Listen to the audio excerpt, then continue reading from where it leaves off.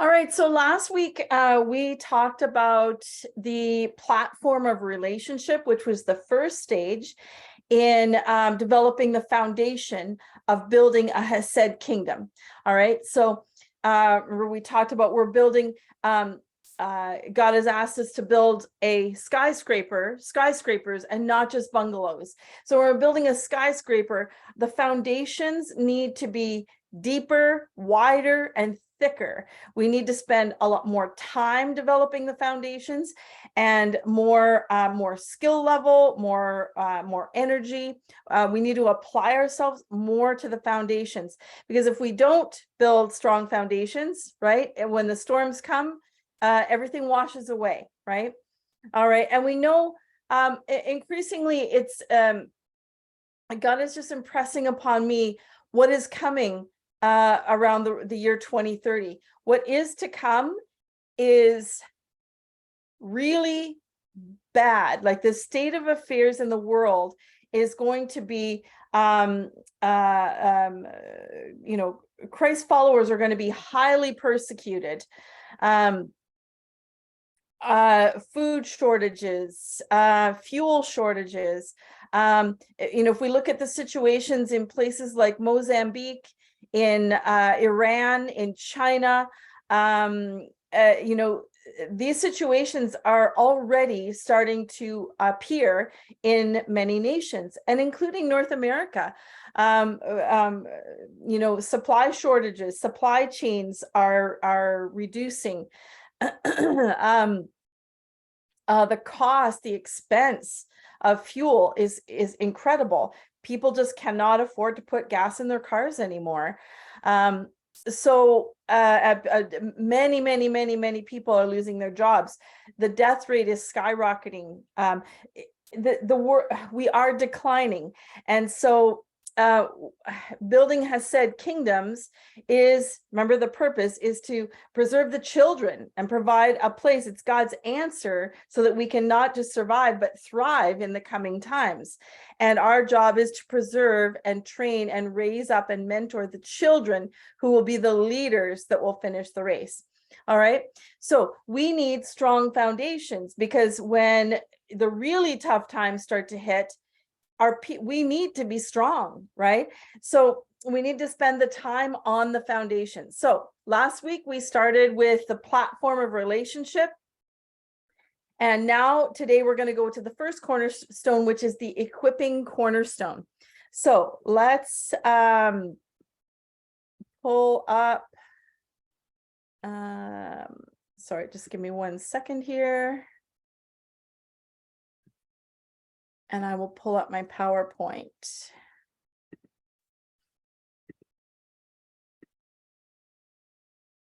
There we go.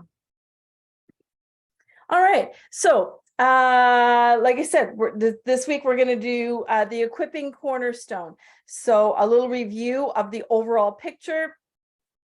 Here we have, it's just a graphic that we had created. The platform of relationship is here. Let me just move something out of the way here. There we go. And today we're going to talk about the equipping cornerstone. There we go. All right. So what is the equipping cornerstone? Well, let's talk about how does this line up with scripture, first of all. All right. Ephesians 4:11-12. And he appointed some with grace to be apostles, and some with grace to be prophets, and some with grace to be evangelists, and some with grace to be pastors, and some with grace to be teachers. Their calling is to nurture and prepare, and in brackets there I've added equip. To nurture and to prepare people is to equip them. All the holy believers to do their own works of ministry. And as they do this, they will enlarge and build up the body of Christ. All right. So we're called to equip. Another scripture, Acts 2:42. Every believer was faithfully devoted to the teachings of the apostles. Their hearts were mutually linked to one another, sharing communion and coming together regularly for prayer. Then a deep sense of holy awe swept over everyone, and the apostles performed many miracles, signs, and wonders. All right. So the teachings, they submitted to the teachings of the apostles before they started their mission, right? So we need to be prepared through equipping. All right. So equipping or training is another word for it. Let's go through some of the aspects, like what does that actual look like in practical terms? All right. So the first one is we need training for each of the 14 mountains, right? So we need to know how to farm God's way. There are many ways of farming, right? Many ways. But there is a blueprint, a system, a formula, if you will, that God created. We call it regenerative farming. All right. So, you know, I won't get into the details of that, but we need to study that. We need to learn it and then implement it, right? The same with home construction with all natural materials, right? We need to study how to build with cob, how to use natural timber, how to use hemp bricks. It's a different type of construction material. So we need to be equipped and learn how to do it. The transportation mountain, horses. We need to learn how to breed horses, train horses, and then ride horses. The sports mountain, we need to know what sports to include, how to develop physical literacy, how to how sport fits in with the other mountains, and how to include sports for all age levels within our kingdoms, from the littlest children to the oldest adults. So you see where I'm going with that. We need to be trained for each aspect, each of the 14 mountains. And I'll just say now, we are, well, obviously the government mountains, we have lots of teachings on government now, how to, the governance of your kingdoms. The trainings are all now in the YouTube channel. And let's see, we are working on, we have people assigned to create the curriculum for the sport mountain and for the farming mountain. And I think there was one other, and the education mountain. All right. So that's currently the resource library is being built up so that training is available. But you can also do your own research. Now, the idea with Hesed is that, you know, the whole idea is that experts in or people that are called for each specific field are doing the research and providing, building up the training resource libraries, so that we don't all have to be researching all 14 mountains, so that everything is just there and readily available. All right. But you can also, yeah, but in the beginning, of course, you need to be doing some of your own research. Another way is there's a lot of good posts in our Facebook group, particularly right now about farming. But there is some about physical literacy under the sport mountain. And so there's a good place to go there. Oh, all right. And the training of the basic Hesed core values, mission, and vision. This would all fall under government. And that training resource library is all, we have our YouTube channel where you can find all of that training. All right. And that, of course, is baseline training, right? The other thing is leadership training. We need to be trained as leaders. Well, what does that look like, right? So many resources have been shared. I've shared what I can in the for if I have a free PDF of certain books that are staples for training leadership. One of them, so if you go down through our Facebook group, you'll see free PDF copies of some of these resources. Here's one of them. It's called Keep Your Love On, KYLO, Keep Your Love On by Danny Silk. This is a very good book about communication. How will we communicate effectively? And there's practical exercises. And this is a training you can do with your leadership team. chapter by chapter. You kind of do the study together and then implement it, right? But very high value. This is a very good leadership team resource.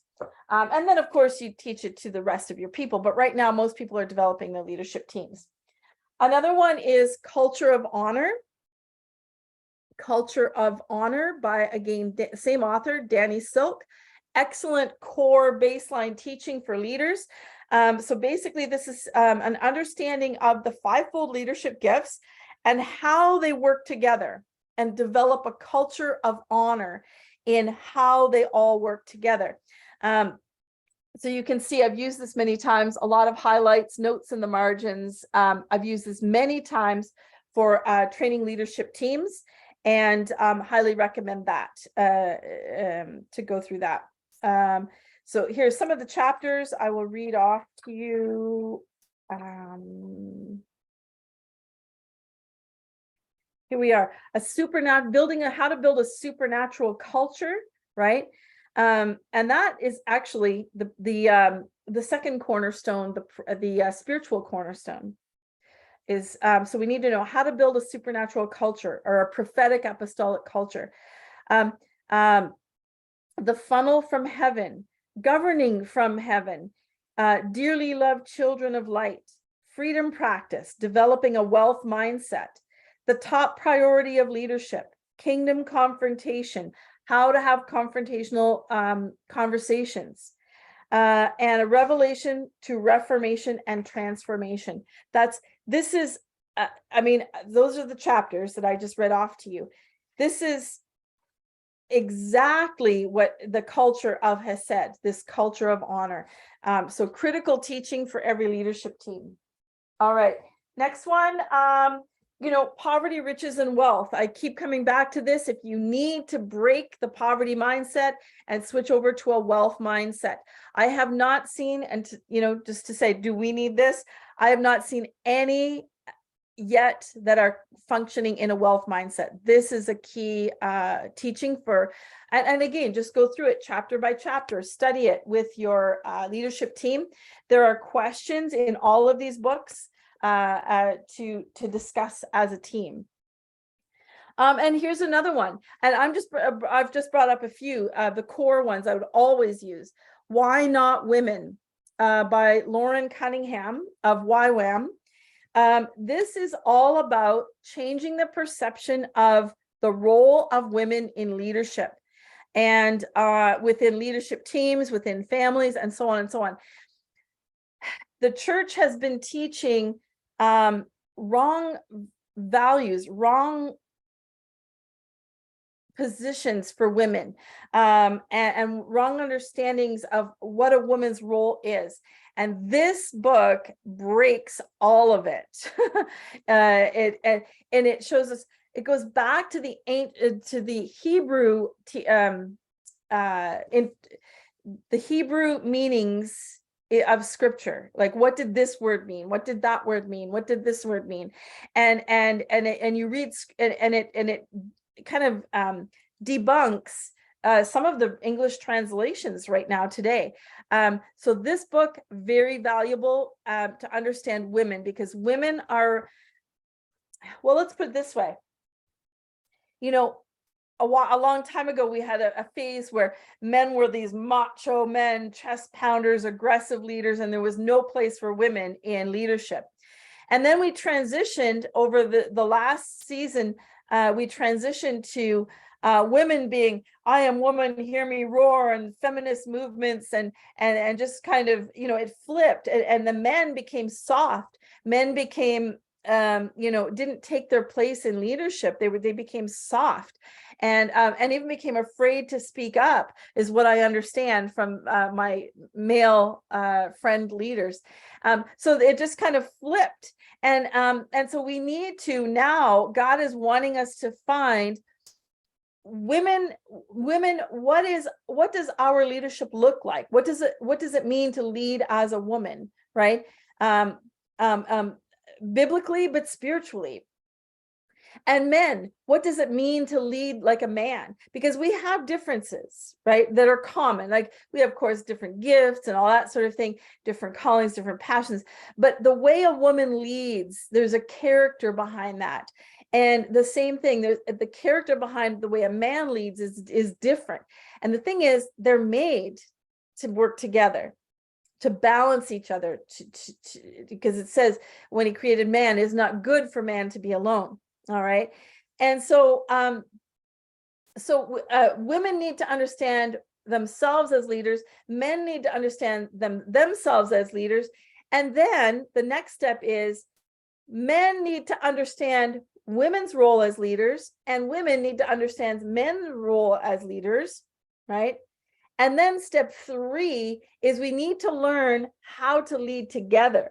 How does that work together? Because we're created to lead, man and woman together, because a man and a woman are together the wholeness of God, right? And so again, back to this, reading this will help your leadership team empower women as women to lead and men as men to lead. Well, actually, sorry, this one is focused on women, but as the understanding of women in leadership is flushed out, men, there's a natural flushing out of men understanding themselves as leaders, and of course as how to lead together. So I highly recommend. These are just some basic, on every leadership team I've developed, these are the books that I've used, and they're highly effective. So back to our screen here. We need to develop our leadership team. How are we going to lead? Develop that culture of honor. All right. And just one of our core values is we are learning as we build and building as we learn. All right. So this has not been built yet before. The closest I can think of that is actually exists on Earth right now that is built on exactly what we're looking, well, as near as I can see, what we're building is what Heidi and Roland Baker have built in Mozambique under Iris Global Ministries. They have built a compound. They call it a compound, and it has farming, and it has education, and it has spiritual development, and I'm not sure about entrepreneurship, not sure about some of the others, but as near as I can see, it's the closest. So the bottom line is we are figuring it out, and we're learning as we build, and we're building as we learn. So there needs to be grace in that. We need to understand that we're all learning. So that's a core value to be based on. So equipping is going to be for as there is time left in this world, we're constantly being equipped. All right. And another point is that we all grow healthy and wealthy together. Right. So as we're all being equipped, and man sharpens man like steel sharpens steel, we're growing healthy and wealthy together. This is something that we need to keep in mind as we lead. All right. All right. So let's talk about the equipping for the 14 mountains. Here's the blueprint. Well, this isn't the blueprint, but it's a, image of each of the 14 mountains. So because we're still building curriculum for each of the 14 mountains, it's still coming, and we don't even have leaders right now developing the health mountain. We need a leader for that. We need a leader for the water and power mountain to develop the curriculum. We need a leader for security, a leader for arts and communication and so on. We're still looking and praying in these leaders to develop the curriculum, to train everyone. So in the meantime, let's just review, as you're doing our own research, let's review what each of the 14 mountains is supposed to look like. So again, we have the blueprint. Each of the 14 mountains needs to be developed. All right, so let's talk about first the government mountain. All right, so well, that's pretty carved out, and all the teaching for that is in our YouTube channel. So the teaching for that is all available now, and that likely, it might be refined a little bit, but it will it'll pretty much stay the same. It's fairly consistent. All right. The family mountain. All right. So the teaching that we're using for that is the world needs a father. It's a website called theworldneedsafather.world is the website. So www.theworldneedsafather.world. And the first teaching series to go through would be, I think it's just called The World Needs a Father. And then the second one is The Mother's Design. And then there's a new third one that is about the children. And so this is the baseline for the teaching for the family mountain. All right. So that is all available now. And so you can begin equipping your people in that mountain right away. Also in our YouTube channel, I did recordings of the World Needs a Father training. So it's the focus on the father role in a family and in a kingdom. That teaching series applied to our situation is available on our YouTube channel now. All right. So that training is available now. Get started. All right. Now, farming. Okay, that's being built.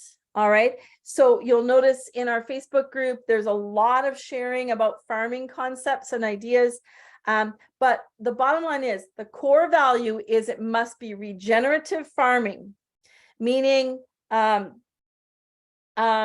4 parts to the cycle, that you have animals on the land. When they poop, that naturally fertilizes the land. Then you plant seeds and grow the crops. And then the crops, then you eat some, sell others, and keep some for feeding your animals. And then the animals then are healthy, so they start multiplying and having babies. You've made money off your crops, so you can expand and buy more land. So then the cycle starts again. But now the second cycle is bigger because you have more land, you have more animals, you have more seeds, and so on. So that's what we're talking about for regenerative farming. There are no chemicals, no fertilizers, pesticides, or chemicals like Roundup. None at all are to be used in farming. All natural fertilizers, and of course no pesticides. And there is a way to do it. There's enough information now in our Facebook group post that you can find enough information to get started. The other thing is we are to grow specifically for animals. We're to grow sheep, alpaca, chickens, and goats. These are specifically the animals that God has specifically said to grow. Sheep for the meat, but also for the wool or the fiber. And the fiber is to be used for to make blankets, rugs, clothing, and of course some of that is to sell as an enterprise, to generate revenue, and some of it is for our own use, right? Alpaca, same thing. We are to grow alpaca. This is a member of the camelid family. And alpaca, the fiber, the wool from an alpaca is even more, it's warmer than sheep's wool. It's silkier and it has a nicer feel to it than sheep wool. So again, to be used for making rugs, blankets, clothing. But now here's the other thing with alpaca. They are a very, they can be very bold, but they're very timid in some ways. And so they're very good therapy animals. So as we're bringing children in, a lot of these children will be traumatized, right? From, having lost parents or what they've seen in their lives and so on and so on. So The alpaca are really good therapy animals as these children are healed from their trauma. So that's another purpose for alpaca. Chickens, obviously the eggs and the meat, and all of them, of course, create fertilizer. And goats for milk, for drinking, for cheese, but also you can make goat's milk soap and detergents, and like a clean, soaps for washing clothes and washing hands and things like that, can be made from goat's milk. All right, so that's as you're doing research for farming until our curriculum is ready, these are some of the guidelines to stick to. All right, so that we follow the blueprint. All right, next one, let's talk about the spiritual mountain. The spiritual mountain. All right, and by the way, you need to find in your leadership team a leader for each mountain. That will give you 12 leaders, right? So the government mountain, that's the king and queen for the village, right? Or for the Hesed kingdom, right? So there's them. The spiritual leader is like the prophet to the king and queen, right? They're the spiritual oversight for the king and queen. They're the spiritual oversight for everyone in your Hesed kingdom. So other than that, that leaves 12 other leaders, right? 12 other mountains, 12 other leaders. That is your council. All right. So you need to be looking for and praying in leaders for each of these mountains. And that forms your council. All right. And these people that have a calling for that mountain. They have a passion for that mountain. They have just a gifting for it, and they just take it and run with it. So back to the spiritual mountain. So this must be led by someone who is baptized in water and in the Holy Spirit, right? Must. They must be like a prophet. They must be, you must see fruit of the Spirit in them, because they're providing spiritual oversight to you, and acting as a prophet to you, but they're also acting as a spiritual oversight for everyone in your kingdom. All right. All right. So and let me just add to that. Religion must be gone from them. And I know I keep coming back to this, but there is now a movement on earth. There is a movement getting away from religion and legalism in church, right? And as there's a huge movement to leave churches because of religion, judgment, hypocrisy, just religion, all the things that go along with religion, condemnation, shame, so we're talking people that have already moved out of that. They've moved out of the religiosity, legalism. All right. Okay, let's go to housing. All right, so the housing mountain, here's direction for that. We have some training materials developed already that we've actually purchased, but some of these materials are available at level 2 citizenship, right? Which I'm not going to get into today, but some of it is not available at level 1. Is available at level 2. All right, so housing, all natural materials, all natural. So we're talking cob, which is a mixture of sand, clay, and straw. We're talking adobe, handmade bricks from cob. Hemp bricks are going to be massively important, and natural timber.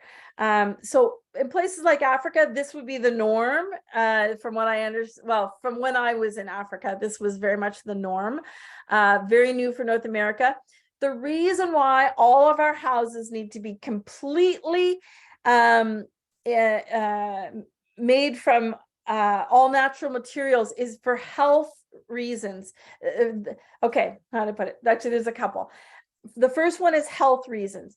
So in our houses now, if your house is made from, if you have tar shingles or tar on your roof, there are gases and fumes from that.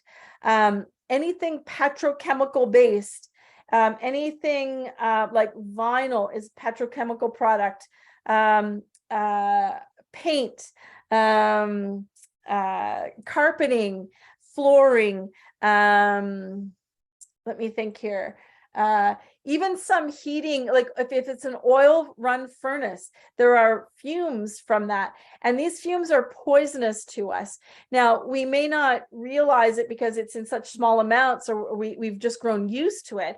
But things like people that have moved into all natural homes are now reporting food allergies gone, asthma gone, a lot of allergies and adverse reactions, a lot of diseases, digestive issues gone. And that's because we're surrounded in natural, God created things, right? So the first reason for all natural housing materials is for health, right? And health, remember, is step 2 of wealth. Wealth has 4 parts: the financial aspect, the health aspect, the relationships, and the fruit of the spirit, the relationship with God. Those are the 4 parts of wealth. So health is important as we step into wealth. All right. Another reason, generally, if we think of, remember, the one of the ways to describe a Hesed kingdom is they are Garden of Eden regenerative ecosystems. So Garden of Eden regenerative ecosystems, meaning Garden of Eden. Okay, break that down. So that's beautiful. It's all God's original creation. And then regenerative, meaning everything feeds off one another, right?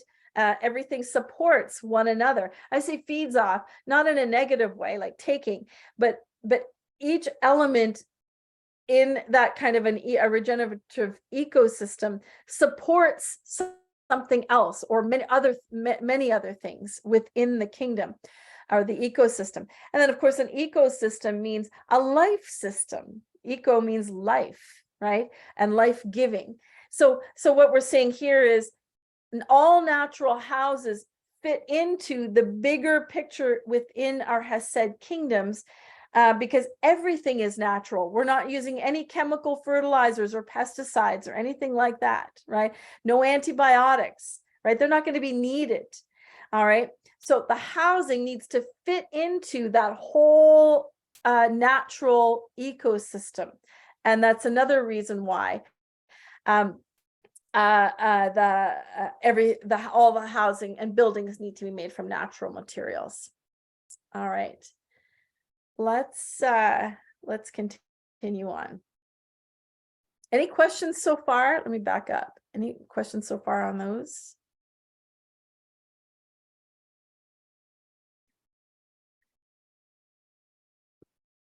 All right, so let's move on. Let's look at the sport mountain. This curriculum is currently being developed. So the bottom line is, all sports in every Hesed kingdom need to be, we need to get back to the original purposes of why God created sport, right? And so they are to build character, train leaders, physical and mental health, physical literacy, to build community, to train boys and men for war, and to train people for hunting. Let's break that down a little bit. To build character. So what this looks like is whoever's coaching and like leading the sport mountain, whoever's coaching understands how to use different sport exercises and drills and games to teach and disciple certain characteristics like patience, perseverance,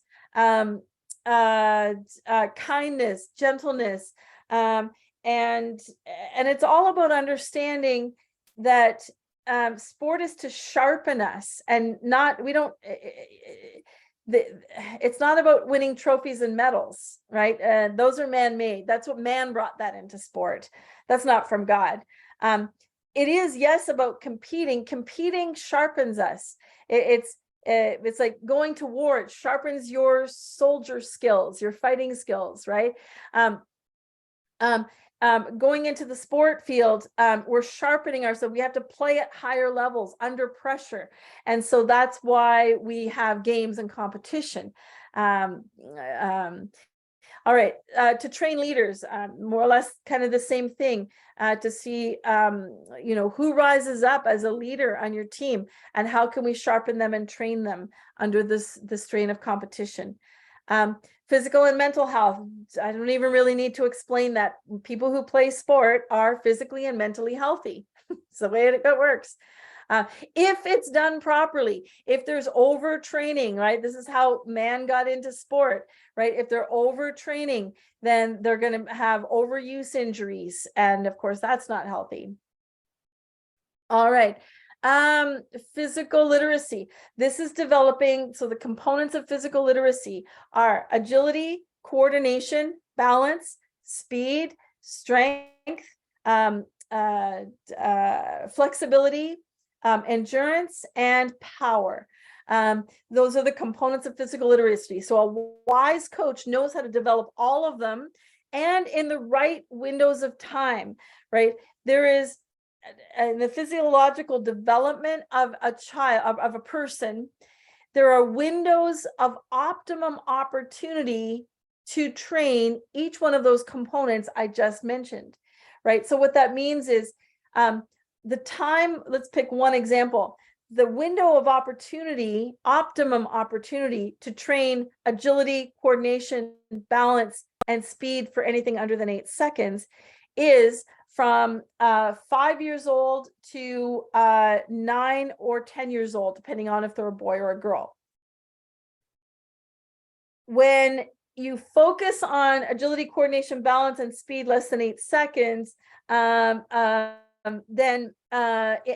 in that age group, you're going to put in, say, 1 unit of time and get 10 units of productivity and fruit from that.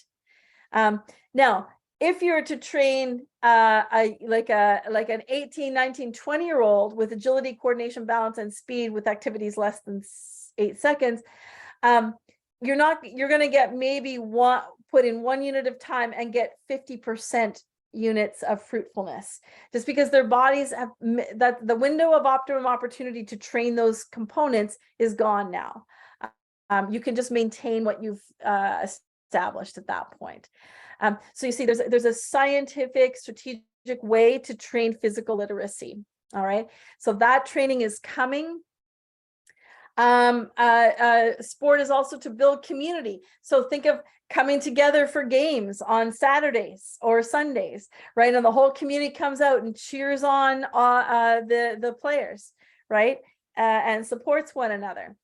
All right, to train men and boys for war. So think of the sports like fencing. Well, that used to be sword fighting, right? Think of sports like javelin. That's where they throw a long spear. That used to be training for men for war. Actually, there's a lot between hunting and war. There's a lot of crossover. Javelin can be for hunting. It can be for war. Martial arts, right? Wrestling, that is training men and boys for war.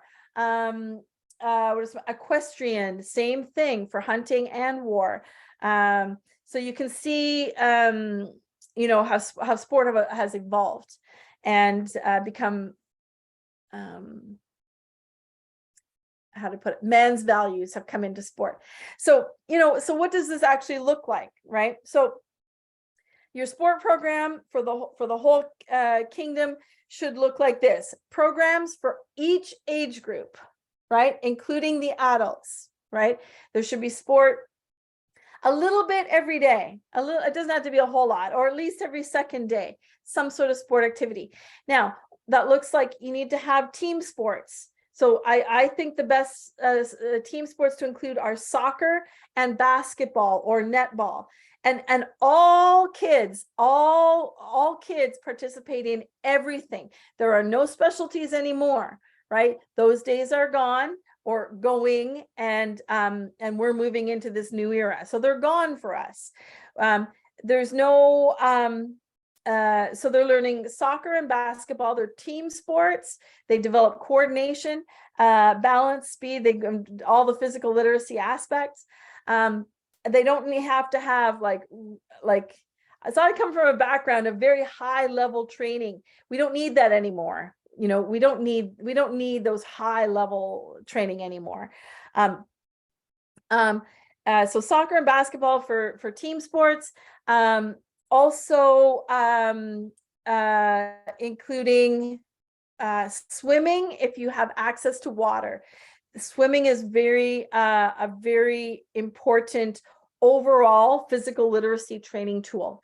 And it's fun, right? It's fun. You can do swimming races, you can do water polo, water volleyball, like, you know, you can, there's lots of ways to make swimming fun.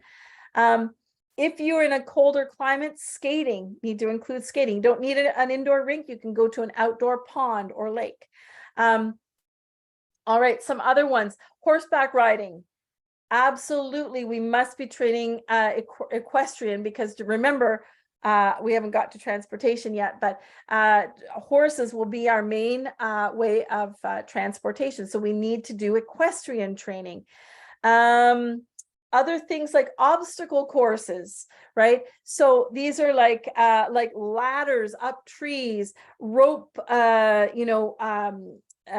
going across on a swing rope from one tree to another tree. Zip lines, that's where you have a rope, and then you have like a pulley, and you hold on to, and you ride down the rope down a hill. Obstacle courses, like things that you climb, things that you crawl under. Think of like a military obstacle course, but make it fun, make them races. This develops very strong physical literacy, and it trains our like holistically trains our kids, preparing them for the times that are coming. We are facing war, so we need to train them for that, but in a fun way, right?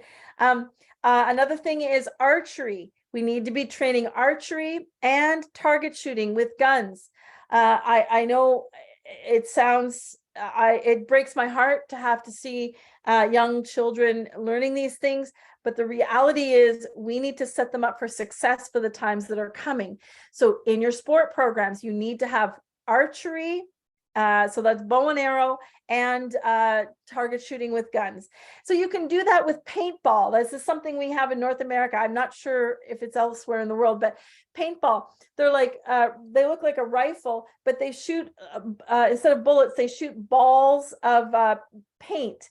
And so when the ball you shoot and it lands on someone, right, the paint splatters. And so it's a fun way of teaching shooting, right? And warfare techniques and strategies. It's a fun way to do it. So we should be including paintball, target shooting, and archery. All right. Okay. I think that's it for sport. And again, it's not like the world says you have to specialize in a sport. That's the world's way. God's way is saying, no, we do all the sports, because when we're participating in all of them, we get a holistic athletic development, holistic physical and mental health. Forget about competing and winning trophies. Forget that. That's gone. Those days are, it's deteriorating in the world, but we're looking ahead way farther than that, into preparing for the future so that we're ready. All right, let's move on to education. All right, so obviously faith-based, right? So everything, we're not teaching Darwin's theory of evolution, for example, right? We're teaching everything faith-based, biblically based. They're learning history from the Bible. They're learning history from like what really happened. Experiential learning. All right, I can't emphasize this enough. And that means learning by experiencing. So again, most of my experiential learning is through sport. So what I've done is I will take like a drill or a game or an exercise from a sport, and I will well, I'll just give you an example. I'll just pick one that I've done, one that always works really well. Okay, so here's one.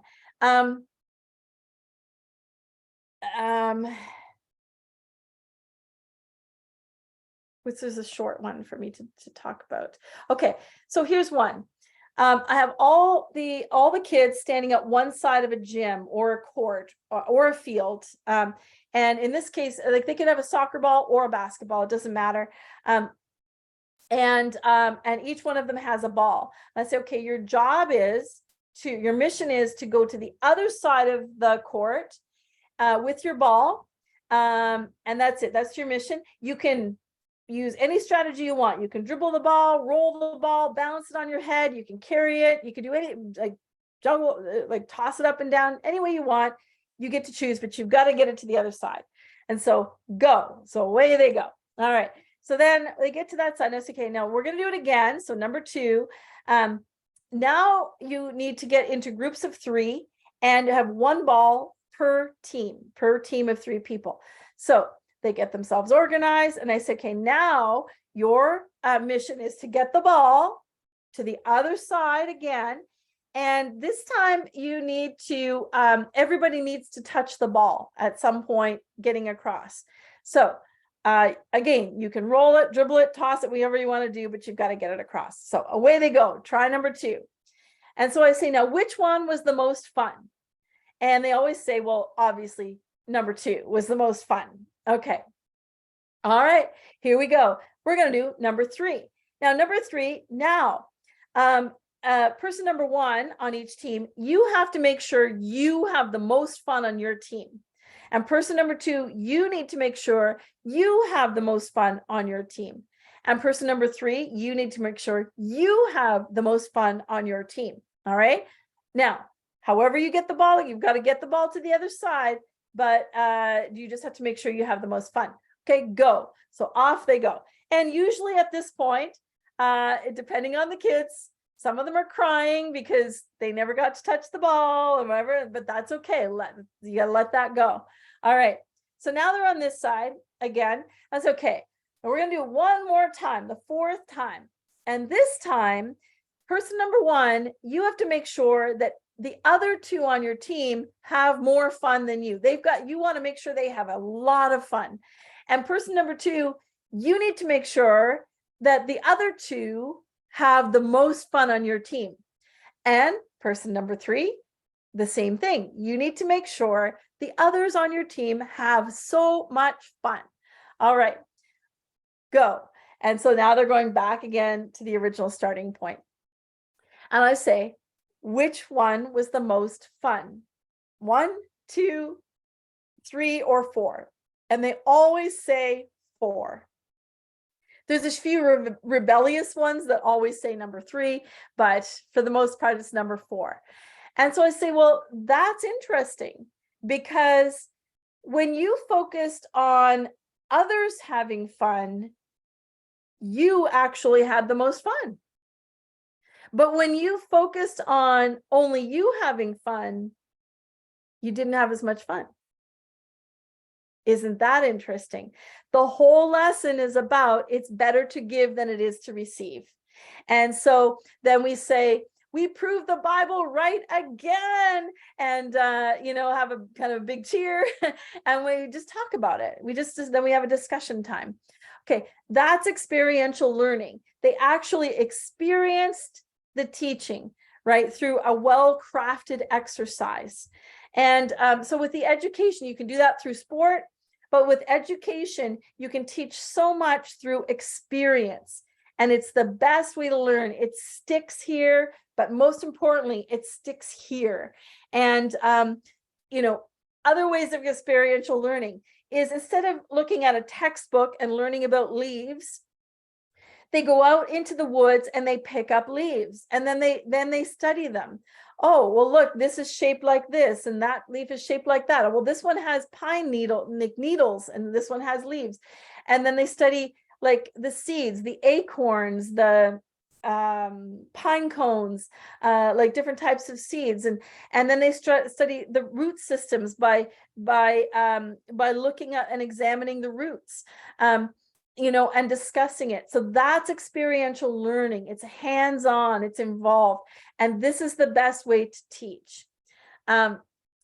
So eliminating textbooks. I mean, books are good. I've said I don't want to just discourage books, but the whole how do I put it?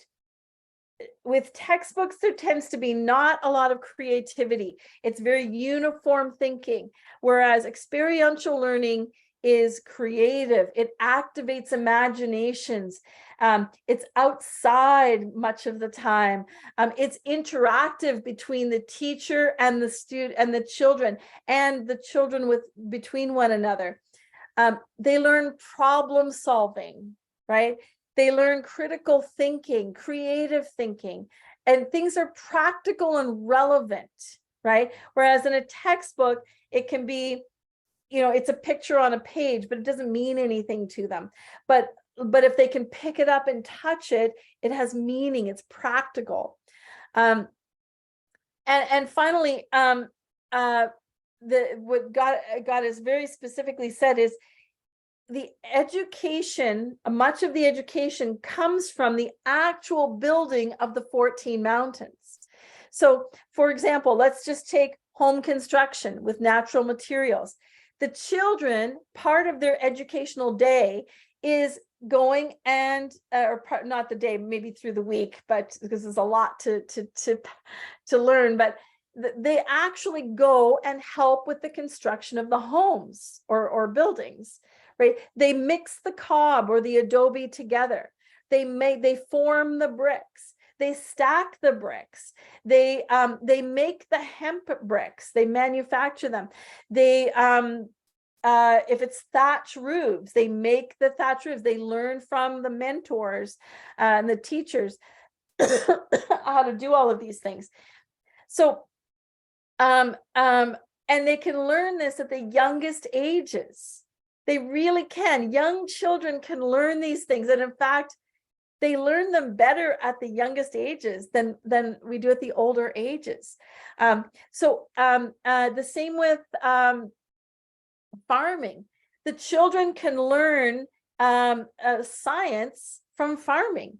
They learn when to plant seeds, the gestation period, when to harvest, when to prune, when to pick the fruit or the vegetables, how to they learn entrepreneurship by harvesting the the fruit and vegetables and the eggs and the meat and whatever, and then selling it in the market, right?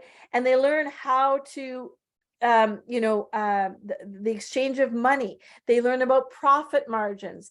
So they're learning math, right? And business entrepreneurship skills, right? By actually doing it. This is experiential learning, right?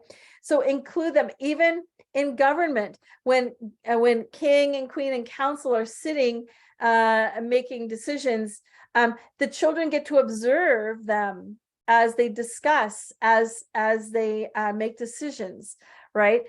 So it's all experiential learning. So really, education, the children are actually part of living in the kingdom. They're just living in the kingdom as citizens. That's their primary education, not sitting in a classroom with textbooks and a chalkboard. Now, there is a place for partly, there needs to be time for that, but very, very, very little. Most of it is living in the kingdom, participating in the building of the kingdom. All right. And that fits with our core value of we build as we learn and learn as we build. There, just one sec. There's another, God has been very, very specific many times, has shown me the children will, let me think of his exact words. The children will be activated and empowered as they build with their hands. They will be filled with the Spirit, the Holy Spirit.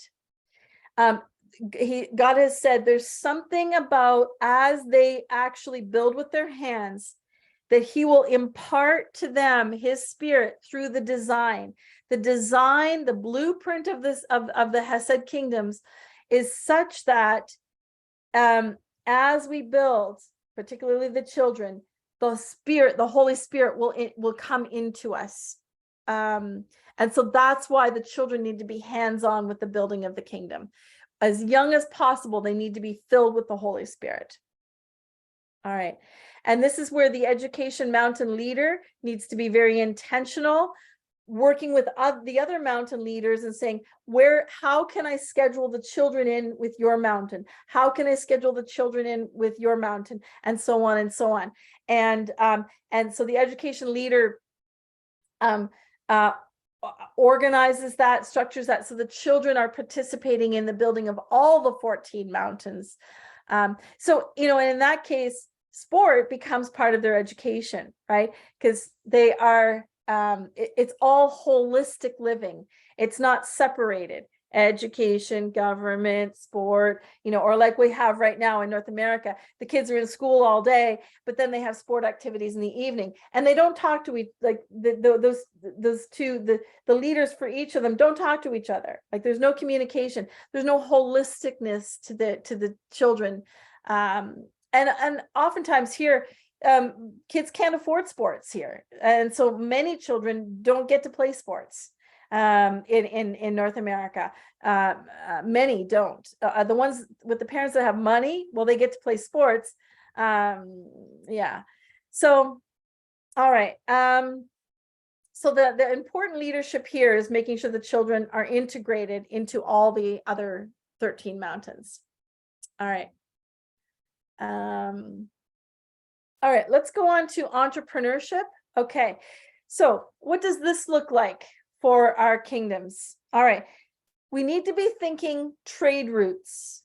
Okay, so we're intentionally calling it entrepreneurship and not business, because we've been doing business the world's way, and even people in the church have been doing business the world's way, and that is get the best price, get the best deal, negotiate down, beat people down for prices. Let's see, every man for himself.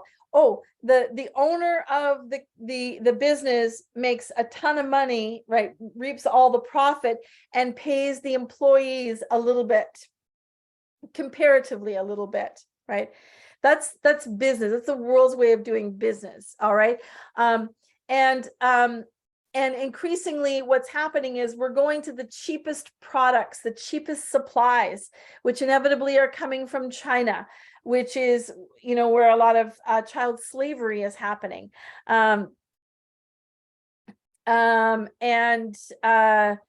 We're giving money to China, which is a communist country where there's tons of abuse of women, tons of abuse of Christians. And so we're actually feeding them our money so that they can do more of that and take over more of the world. So we need to be thinking, we're not about going for the lowest price, not at all. We pay fair prices and we charge fair prices. We charge what things are worth, right? Everything we produce is high quality. We charge prices accordingly. Things don't go on sale, right? Because if this sweater has a certain value, if this corn has a certain value, that's what we charge for it, right? We don't likewise, we don't cut corners with our suppliers. We don't try to beat them down in their prices. No, we pay them a fair price, right? Because we want everyone to prosper. All right. And we don't think every man for himself. That's not how we think, because that's a poverty mentality. A wealth mentality is we want everyone to prosper. right? We grow healthy and wealthy together. It's one of our core values. All right. Now, let's think about, so think about trade routes. Let's come back to that. What God showed me was, as we activate ancient trade routes, we will unlock wealth increasingly and exponentially. Now, again, this is another thing that I just hear it from God, and we just need to walk it out and figure and see what he means by that. All I know is that's our instruction. I don't have a testimony at this point to provide, just direction. And so some of the first trade routes we're thinking at the international level is for Hesed Gold. We have suppliers, we have buyers. Of course, we're looking for investors so we can make that first purchase of gold and then turn around and sell it. But we have specific trade routes marked out that God has shown us. And one of them is between Africa and North America, that we need to expand the trade routes. But at the kingdom level, at the local regional level, think about, who are you doing trade with, right? Are you buying from a corrupt business person? What are they doing with your money that you give them for a product or a service? Are they using it to enslave children? Are they using it to enslave women? Or men, or anybody? Are they using it to enslave anybody? What do the factories look like, right? Is there adequate, are they given breaks for food, for lunch? Are there washroom facilities? Is there air conditioning if needed? How are they treated, right? We do not buy from suppliers that mistreat anyone. We don't want to give them 1 penny, not 1 cent, to promote what they're doing. But when we're thinking about trade routes, we're thinking about, obviously, within Hesed, kingdom to kingdom, absolutely. Like, for example, in Ethiopia, you guys can get into coffee, right? The best coffee in the world. Well, a kingdom in Canada, we would be saying, oh, hey, we want to buy coffee from you, right? We're not going to go to the local market here. We're going to buy from Hesed, Ethiopia. Right? So we need to think those trade routes, right?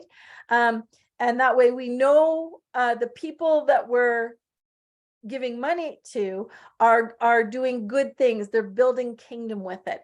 Now, there are other people outside of Hesed that are doing good things to build kingdom. But this is what we need to look for.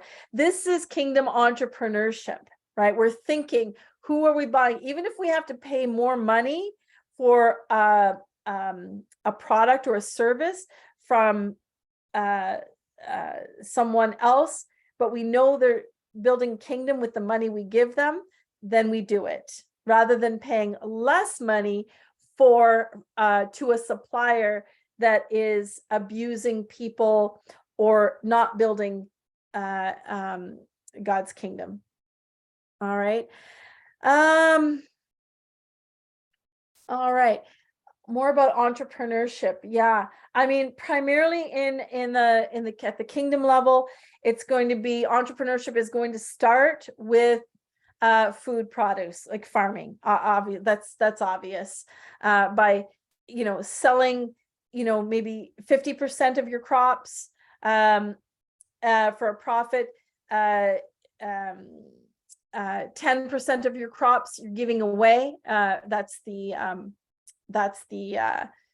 tithe, if you will, or the giving of first fruits. Give it away to those in need. And then maybe 20% you're keeping for food for your own people. And I don't know how many is left over, but anyway, you see what I mean. All right, that's entrepreneurship. Right. I should expound on the first fruit. We give away the choice fruit, right, to build the kingdom. All right. I think that's a bit about entrepreneurship. All right, let's talk about water and power. Okay, so we're talking about all natural sources again, no petrochemicals. So that's wells for water. We need to get it. Again, we're building in rural areas, right, in the countryside, and so digging wells. I think that's just normal in Africa for the most part. Here, a lot of places provide city water, or we call it city water. What that means is sewer systems and water pipelines that are that provide water from the local city or town. We're not doing that because then it puts government can control our water source. And here in Canada, we can drink the tap water, but I'll tell you, the tap water it's got chlorine, it's got fluoride, it's got some other chemicals in it. They're all poisonous to us. It's just one way government, and it's not like it's just little minute amounts of those things, so that it doesn't, we don't see the fruit of that until over time. As we get older, it builds up in our systems and slowly poisons us. But that was intentional by governments and big business. And it's well known that fluoride is toxic and causes cancer. It's well known that chlorine is toxic for us. We cannot drink chlorine. So it's natural sources of wells and sources that we can control, so that as governments become corrupt, more and more corrupt, we're not at their disposal. All right, solar, so for power, solar power, wind power, and hydropower. Again, our own sources, so that governments or big businesses cannot control or cut the power off at their whim. If once they realize what we're about. So we have our own sources of power. So this solar power, obviously solar panels, and there's a number of different ways to do that. Wind power, obviously windmills, or hydropower, all of them very doable, very, very doable, and not that hard to install. So just needs a bit of research, which through the education, your children can be learning how to do all of these things. All right. So you need a leader who has a calling for all of these things. So in other words, everything off grid from current government agency or business control. All right. Okay, let's talk about the arts mountain. All right. So obviously, I mean, all mountains need to be glorifying God, but the value of the art needs to be by the effort and not the prettiness. So think, one person can look at a painting and go, oh, that's like really ugly, I would never buy that. But then another person would look at it and go, oh my goodness, that is so creative, that is so mind-blowing, the depth, the thought behind this, I see a strong message, or something like this. And especially when children are starting out, right, they may not be producing art that is, aesthetically pleasing, but they're learning to develop their techniques. So it's valued by the effort and not the prettiness or the aesthetic value. So art includes, obviously, painting, sculpting, making jewelry, sewing. It comes under art. Sewing clothing, that's an art. Let me think now. Even housing design, the design and the architecture of the houses, that comes under art, the art mountain. Gardening, crossover between farming and art, right? Gardening is like, so I'm talking about the flowers and shrubs and stuff like that. That is definitely art. All right. And you're starting to see some crossovers, right? Obviously, the education mountain crosses over with all the other mountains. Arts Mountain, it crosses over with the housing mountain. It crosses over with the farming mountain with respect to flowers and gardens. Let's see. Yeah. And I know a lot of people, and I would have to say, myself, I would devalue the Arts Mountain, and maybe I'm still a little guilty of that. Not totally understanding the importance of it, but God, just look at the planet Earth on a map, and the beauty of it, right? Like it's beautiful, right? And being in a beautiful environment, like a Garden of Eden environment, is important for our health, right? So there we go. It crosses over with the health mountain. Sitting in a beautiful garden that attracts butterflies and bees and birds, right? And there's different types of flowers, and how they're shaped and different heights, and they bloom at different times of year. Just sitting in a garden like that, maybe there's a pond with a fountain or a waterfall. There's and maybe there's sculptures or wood carvings all around. Sitting in that environment, right, to read your Bible or to have a conversation with someone, it settles, it brings peace to the spirit, right? Peace and joy and love to the spirit. So there is an importance to arts that needs to be lifted up. All right, so let's talk about the health mountain. So here we go. No hospitals needed. No hospitals needed. What God had shown me is, he said, the healing is going to come from laying of hands and prayer. Like Jesus healed the sick, the blind, the lepers, right? The crippled. He laid hands, right? Bringing the spirit of heaven, which no disease can withstand or sustain itself. When we bring that, just the laying of hands heals people. Natural herbs and plant-based medicines. Part of our diet are so this is where health crosses over to the farming mountain. Just the foods we eat, there's no chemicals, there's no pesticides, there's no hormones. And so just our food becomes our medicine, right? And there are certain plants like blueberries it's an antioxidant, it's a very healthy, we call it a superfood. Avocados, another superfood. Flax and hemp seeds, superfood. What are some other ones that I'm thinking? Spinach and green leafy vegetables. They're all superfoods. And so that makes us healthy, right? Makes an environment in our body where cancer or what is it, like cardiovascular diseases can't exist. All right. Fresh air, right? Just being out in the fresh air. And this is where the sport mountain crosses over, right? Exercise, fun, not like hard going at it kind of sport, but fun sport, right? Being in community with one another, laughter, interaction, dancing. Dancing is actually part of arts as well. Sorry. And singing, part of arts. I missed that as well. All right, so that's the health mountain. No hospitals necessary. Maybe some poultices, but whoever's leading the health mountain understands the natural herbs and medicines, the poultices, the teas, all these sort of things, and keeps everyone a supply available for everyone in the Hesed kingdom. They're constantly drinking these teas and eating these herbs in their food. But if something happens, like there's a cut with an infection, they know the poultices for it and whatnot. All right.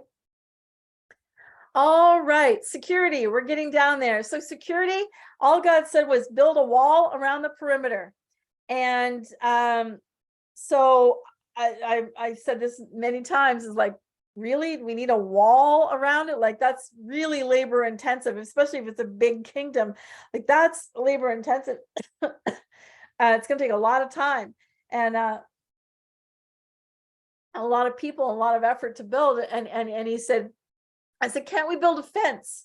and like an electric fence with barbed wire on the top or something like that. And he said, Kate, think about it.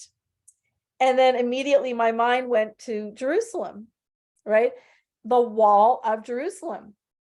We need to build a wall just like the wall of Jerusalem. And then I kind of visualized it, and with gates, right? Gates at certain points around the wall. And then I recall, they're like, oh yeah, because they could shoot. I'm telling him, just being honest and straightforward, because we need to be not shy, but the times that are coming, people,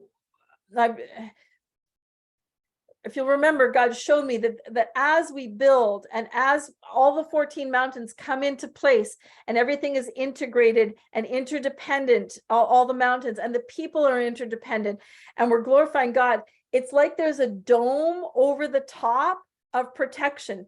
Now, I don't know if it's an actual literal dome or if it's a spiritual dome or an invisible dome. I don't know, but basically it's like the Garden of Eden. We will be prospering like no others, just like Israel prospered under King Solomon, right? Because he did everything according to how God showed him. And this is before he started marrying all the wives. And they prospered like no one else around.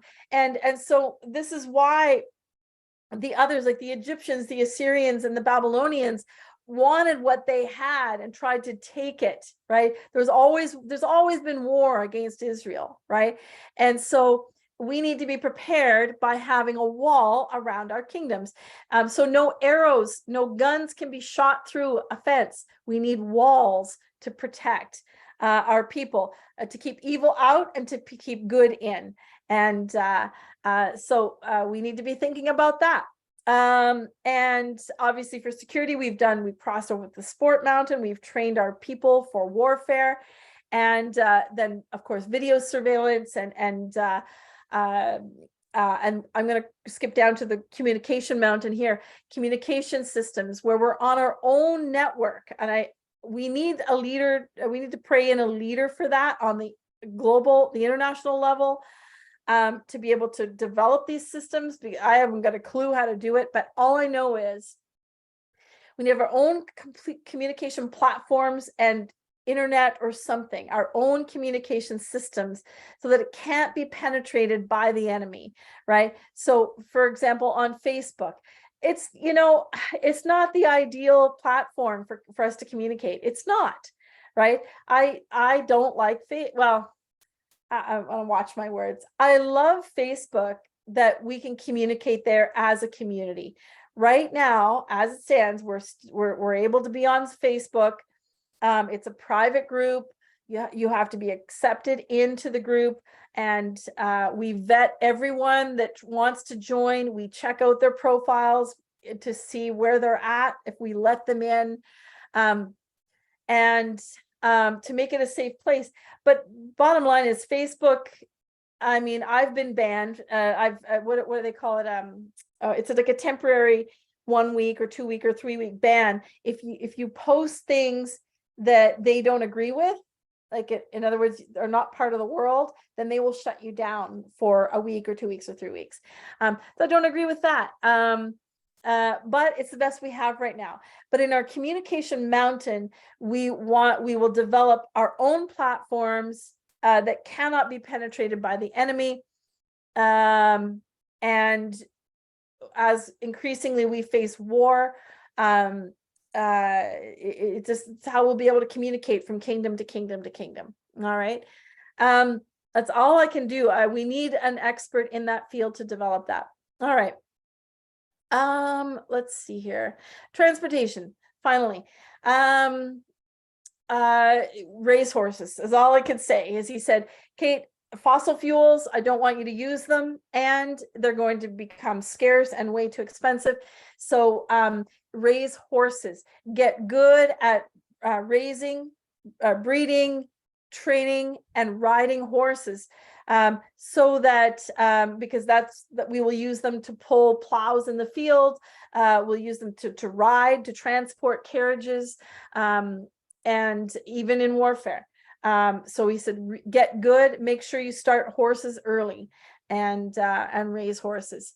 And then once we get really good at raising them, he showed me that we will actually sell them. They'll be in high demand because other people won't have known what was to come. So think of me as Joseph, who said to Pharaoh, we're going to have 7 years of prosperity followed by 7 years of famine. Save a third of our crops now so that we have crops, we have food for the times of famine.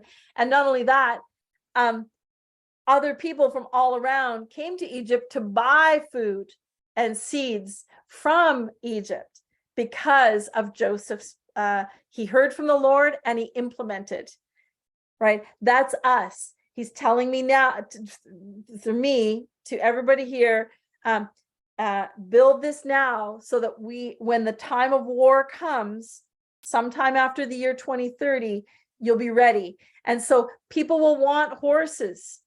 We will be able to sell them our horses, just like Egypt sold their grain to the other nations, right? Even he showed me being able to build from natural construction materials. That's going to be in huge demand because we've been studying it, we've been implementing it, we've been doing it, we've gotten good at it. So when the outside world needs housing with natural materials because they can't get tar shingles or vinyl siding for their houses, we know how to build with natural materials. So that becomes an enterprise, right? Once again, where all the mountains are interdependent with one another. All right. So let's see. That's it. That's the 14 mountains. All right. So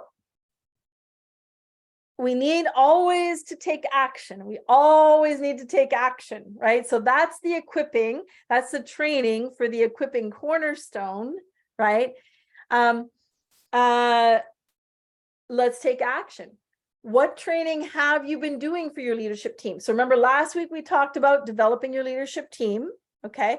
So now what training have you been doing for your leadership team, right? How have you been training them? And I will say that our videos, you can use our videos for training your leadership team. And in fact, your leadership team should be here on Mondays, right? Now I know the Ethiopians, I know they've been working hard at that, but this is one way of training your leadership team. This is all about vision, core values, mission, staying focused on that. Hearing about where we are in the world right now and where we're going. So that's part of your leadership team. And any of these resources that I mentioned earlier, culture of honor, why not women, keep your love on for communication, any of those resources.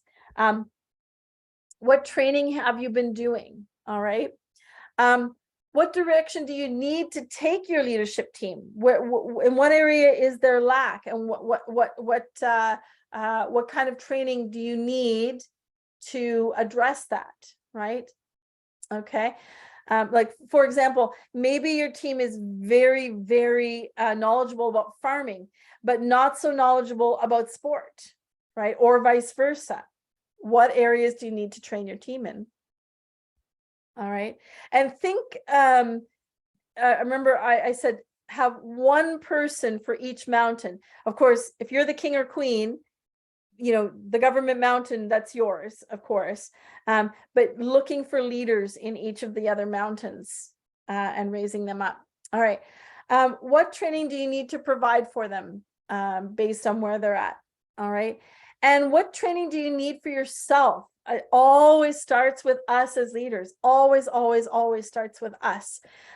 There's nothing that I teach here that I haven't either received revelation from God about, or and I've vetted, like I've how do I put it? I've consulted with my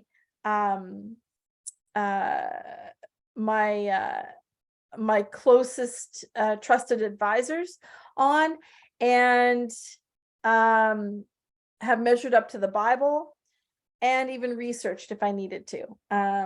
Right. So we need to obviously focus on our own equipping first. And then the needs of our team, of equipping our team. All right. So I think that's it. I'm gonna stop recording. And yeah, that was the last one. I'm gonna stop recording and then we'll have a bit of discussion. So